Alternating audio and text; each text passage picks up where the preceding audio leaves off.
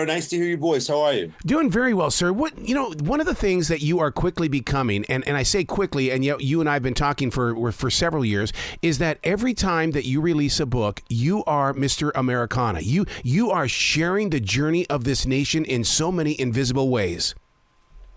Well, that means a lot, Arrow. Thank you.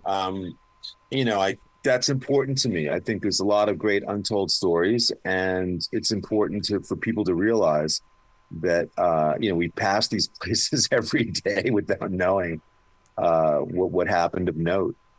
I mean, especially this one right here, Lost Landmarks of Orange County. My daughter graduated from UCLA, so I mean, I was out in LA all the time and driving up and down, the Highway 1. I mean, it's like this is the thing. This book really touches me in ways. It's like, why didn't I see this? I appreciate that. That's the thing. You don't have to have grown up in Southern California to have the Southern California experience. It's a magnet. It's a mecca. It's a pilgrimage for a lot of people. And, it stands apart in a lot of ways. But there are a lot of special places in the country to visit. But Southern California, I mean, your daughter went to school here, so you lived it and experienced it. There's you could spend all your free time doing really interesting things that you can't do anyplace else. Yeah, if you're bored in Southern California, that's your fault. That's not, you can't blame it on anybody else. You're not trying. Yeah, I totally agree. Do you think that the reason why Orange County has so many landmarks is because nobody really says no? They just say, do it. See if it works. Go for it. I think there was, to your point, especially in Orange County, people like Walter Knott and Walt Disney early on created this foundational belief system that you could try anything once. Mm-hmm. You could give it a shot. And if it worked, it worked. And if it didn't, you could come at another angle. You could try something different. There was the California dream, I've always felt, is predicated by this expansive, anything goes kind of mentality, this purely land of opportunity. Sense that you can give it a shot, and that's really part of it's the weather, obviously, because you're outside all the time. And that I think that promotes a very positive mental foundation in terms of what's achievable and what you can do. I grew up on the East Coast where you basically go into a cocoon for 4 months, right? And things shut down. And that's a different kind of discovery process that allows for other things. But I think as far as this sort of expansive, wide-eyed dreaming that goes on. Yeah, Southern California is very much about that. And Orange County in particular, they became separated from LA County back in 1889. They were already looking for a separate identity. Mm-hmm. And there were no oranges being grown here yet. The word Orange County, calling it that was really just a promise to lure people down and make them think it was a citrus wonderland. And once people did come down, they realized they had to sort of act on that to complete the promise. And from that point on, it became a place where anything went, whether we're talking agriculture, theme parks, restaurants, whatever, everything was a little bit over the top and a little bit more than you would expect in other places. I can totally understand the marketing behind Orange County, only because in this forest that I live in, South Charlotte, North Carolina, they used to hang up all these dang deer signs, deer crossing, all that kind of stuff. There wasn't a deer in here in 1992, but yet you should see it today. They knew the deer were coming, and this forest was going to be alive with all these wild animals. A lot of it goes back to the if you build it, they will come premise. You have to start somewhere. And you start with the promise. And then if you can deliver it, not all places do, but when you do, it's usually forever. And it creates this mood and this environment that becomes very attractive and very romantic for people to think about. Back then, especially when car culture exploded, in the 40s and the development of Route 66, the Mother Road and everything, California was the ultimate destination. It was as far as you could go, and it was the land of dreams and land of opportunity.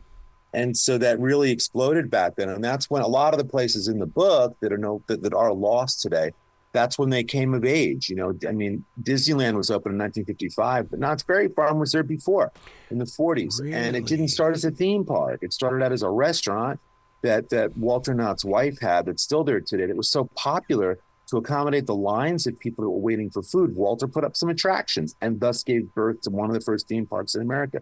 And Walt Disney paid attention to that, and they were friends. And that's the other part too. Everyone who opened these businesses, which back then were very cutting edge, they all kind of had each other's back. It wasn't about putting other people out of business. It was about bringing people to Orange County. So you work together. It's sort of the theory of, all ships rise, and, rising tide lifts all ships. And they acted like that. And that's why they helped each other out. They looked out for each other. And so it created a real, very sort of unified sense of companies here when people visited. And if you came to Orange County, people would all of a sudden, they'd go to Disneyland, of course, and they would build in a few extra days to grab the California Alligator Farm or Lion Country Safari or the Movieland Wax Museum or whatever. And it wasn't just tourists. Locals, participated as well. I spoke to many people whose, senior proms were held at Lion Country Safari or places like that. So it really was, it wasn't just locals, it wasn't just tourists, it was this nice mix, as it remains today, people that just appreciate beautiful beaches, open spaces, and weirdly exotic tourist attractions. You bring up a very interesting point, and I had to chuckle inside only because when you were talking about, with Disneyland being there, that anybody who lives in California, if you've got family coming in from other states, you're going to spend a week at Disneyland, Universal Studios, and it's like, oh God, all of a sudden you have to become a tourist again, even though you know everything about that state. No, exactly. And everybody, no matter where you live in the country, you've got things that you bring people to. Yeah. Southern California just happens to have a lot of big ticket places like that. So there's no way around it. And that's a good thing. And, it's sometimes to learn about a place, you've got to study the places that are no longer there, which is sad on the one hand. There's definitely a melancholy tone to the idea that every place in this book is no longer there. Yeah. But, it's inspired places that are there today. And so hopefully it sets up, you read a book like this, you learn about what got us to this point, but then you're free and clear to go explore where we are today. And obviously there's plenty to do. And there always will be, in places like Southern California. So even though the Golden Bear, very famous nightclub, Huntington Beach is no longer there. When you hear about this big movement of people moving out of California, you've got people like Mark Maron that's on there doing commercials about why California is still the place to hang out. And then you have this book. My God, Chris, this book is a roadmap. It makes me want to go out there and see that alligator farm, because California with an alligator farm in a desert? Well, again, it's there's a lot of things that have existed in California. Some are no longer here, some are still here, but it's bigger than life. Everything's over the top. I think a lot of that stems from Walt Disney. I think if you look around Southern California, especially Orange County, when you see Tiki-themed hotels and pirate-themed hotels and all that, we know where it came from. They're really just feeding off of that Disney energy, which is always going to be the case as long as that park is there. It generates almost a cottage industry of influenced things that seem, tangentially connected to it, which is fun for people. It extends that thematic idea of escapist culture, be it Tiki or space age or whatever it happens to be. Orange County's always embraced that and has always had plenty of themed motels, bowling alleys, golf courses, whatever, that flow from the dreams of people like Walt Disney and Walter Knott. Like, again, a lot of it gets back to those two guys. Yeah, it's always about the experience. I mean, because when you talk about bowling and even miniature golf, I always thought that both of those things fit in well here in the South, but the California experience is so different. I love miniature golf, and I'm with you. I've played probably like as many miniature golf courses around the country as anybody. And it's always funny how they reflect the terrain, the culture. I always look for ones that do that. There's a great out on Catalina Island is like my favorite. It's all natural. It's all designed with greenery and it's gravity, and there's no crazy tricks to it. It's really just using nature to drive the force of the ball. And like, that's a really interesting one as well. So yeah, miniature golf courses are great bellwethers on their own in terms of culture in this country. One of the things that you bring up inside the book, I mean, we've all heard of, the Hollywood Bowl and that outdoor experience, but I never even thought about the theater experience outdoors in California, because it's like I've just never heard of that. Well, it's an amphitheater culture, because the weather, you can have amphitheater shows literally any time of year, even when it's cool out. The Hollywood Bowl does a very brisk fall into winter season because it's never that cold. And even if it's a little chilly, there's still kind of a charm to that, sitting under the stars, basking in the Hollywood hillside. Orange County, one of the sites in the book that's no longer there was the Pacific. Well, no, is a place there today called the Pacific Amphitheatre, but Irvine Meadows Amphitheatre was there starting in 1980 until a couple of years ago. And I mean, everybody played there from Prince to Fleetwood Mac, and that became a very Orange County, centric experience to go see a show there. And it actually was right next to where Lion Country Safari used to be. So this Irvine Hillside, which today is all developed, it still holds so many secrets and memories for millions of people that came through there, both locals and tourists alike, that experienced great things there. Part of the great experience of your book, Lost Landmarks of Orange County, is the fact that when you talk about the ticket prices for Lion Country Safari, $3.25 for adults and $1.50 for kids. I mean, we're living in an age that you can't get into Disney World for what, $75 a day? If you're lucky. Lucky. No, I know. Listen, I look at everything, and I'm not going to lie. Southern California is also expensive. I filled my car yesterday. Gas was $6.52 a gallon. And, that's sort of the darker side of the experience. But that said, I mean, look, everything's gone up since then. It's a game when we kid ourselves looking back at what things used to cost. I mean, I remember my first concert, 13 years old, June 22nd, 1975, was the Rolling Stones. Wow. And it was the most expensive ticket in the place. It was $12.50. And my father said, how are people paying, 12? It was crazy then. And look where we are today. So that's just, that's the course of culture, obviously. And we have to deal with that. But you know what? There's still bargains to be found. If you know where to look, you can still find them. Yeah. One of the big stars inside your book, the pictures, because I believe that Gen Zers and those that are after Gen Zers, they need to know what it was like. And these photographs really do help them envision the moment. I wanted this book to be unlike a lot of my other books. It's almost like a gift book. It's hardback. It's full color. I think Santa Monica Press did a really beautiful job producing it, and the pictures do play a big part. If you're talking about Lion Country Safari, you want to see bright, vivid images of those animals. I mean, when you talk about, Disneyland is not a lost landmark, but plenty of places at Disneyland are gone. So I have a whole chapter in the book about those places. And I wanted those images to be very vivid and provocative. So there's hundreds of them in there. And I thank you for noticing that. The son of Geronimo, I had no clue that he was in charge of the Buffalo Ranch. I mean, see, this is the kind of stuff that you learn when you take the time to read books like this. Yeah, people driving MacArthur Boulevard or Newport, they don't know why the street is called Bison that intersects MacArthur. That was the opening, the gateway into Buffalo Ranch. And yeah, son of Geronimo there. I mean, those buffalo were shipped out to Catalina when the place closed in the late 50s. And the offspring are still there today on Catalina, So, I try and retrace where things are today whenever possible. And that's a fun part of the storytelling as well. Yeah. Before I even opened the book, I really honestly thought to myself, please, Chris, please do one thing. Talk about surfing. And you do. Whole chapter. I mean, I even went and found, every major surf, because again, look, Southern California, especially Orange County, surfing is part of the cultural footprint of Orange County.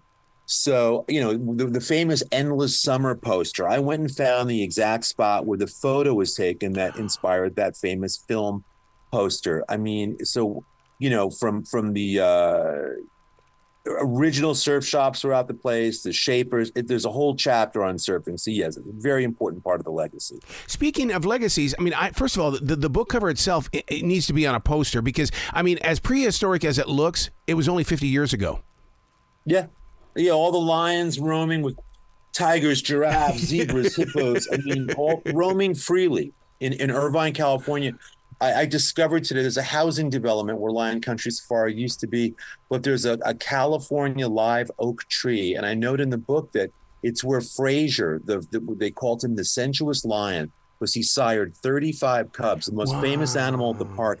He's laid to rest under that tree today. There's a little plaque there in honor of him.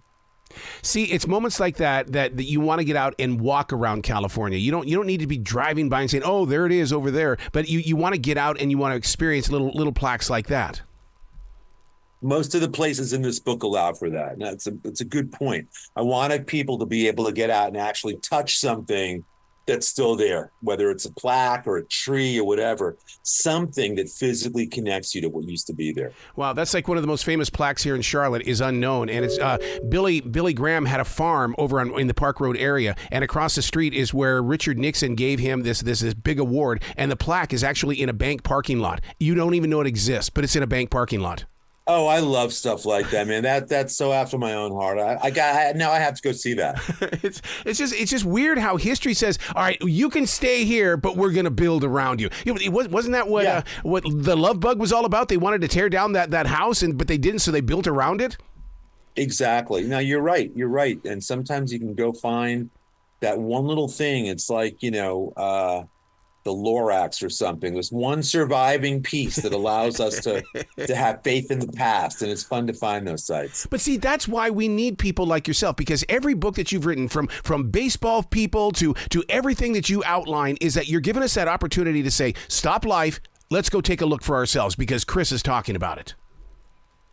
Well, it's a super kind thing of you to say. I mean, look, I've been fascinated in this stuff for a long time. So I appreciate you, noticing that. That's important to me, to give people a toolbox, basically, to go find something, whether it's still there or not, to at least step into the space and appreciate the effect that former landmark had. With the disappearing of America, do you find yourself going from state to state to state? I mean, you could have 50 different books right here in front of you. Yeah, I mean, I've written a lot of books that cover the United States, but in terms of just, focusing specifically on lost landmarks, I've thought about that because, Orange County is one speck on the map. I mean, yeah, there's 3 million people here, but it still geographically only takes up this little kind of sliver. And every place has its things that are no longer there that people have emotional connections to. So, yeah, this got me thinking about what other counties around the states. I mean, Orange County arguably has got a lot of them because of the population growth here and the historic backdrop of Southern California. But there's a lot of places like that. And yeah, I've thought about it. I mean, obviously the next progressive step would be LA, to kind of look at lost landmarks there and then kind of go from there and maybe work my way east eventually. But yeah, it's definitely a thought in my head. Yeah, a lot of times, I've got to get the first version of it down, and this is that. Wow. So now I know what it looks like. I know what it feels like. I know what the scope of work feels like. And that helps me get to the next one because I've kind of at least figured out how to do, this kind of book. Wow. Chris, you got to come back to this show anytime in the future. The door is always going to be open for you. Hey, I appreciate that.